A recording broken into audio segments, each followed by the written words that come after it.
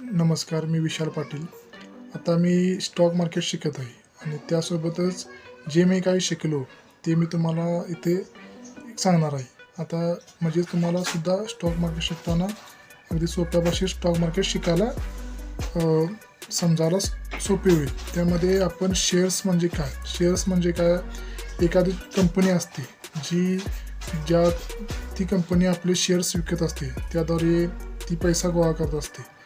म्हणून आपण त्या कंपनीचा एखादा शेअर्स विकत घेतला की आपण कंपनीचे एक भागीदार बनतो.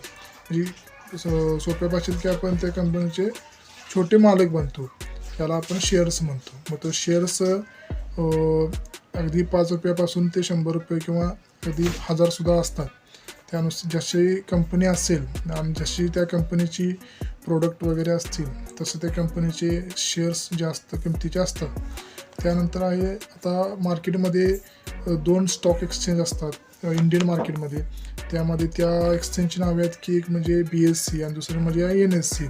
BSE म्हणजे काय, बॉम्बे स्टॉक एक्सचेंज, आणि NSE म्हणजे काय, नॅशनल स्टॉक एक्सचेंज.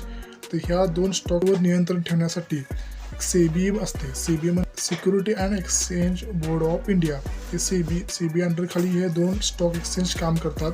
ते कुठले, BSE आणि NSE. त्यानंतर मी काय शिकलो की IPO म्हणजे काय. आता तुम्हाला ही IPO सांगण्या अगोदर मी तुम्हाला काही शेअर्सची नावं सांगतो की आपल्या भारतातल्या फेमस शेअर्स आहेत, फेमस कंपनी आहेत. त्यामध्ये TCS असेल, MRF असेल, इन्फोसिस असेल, या अशा कंपन्या की त्यांचे शेअर्स कायम वाढत असतात.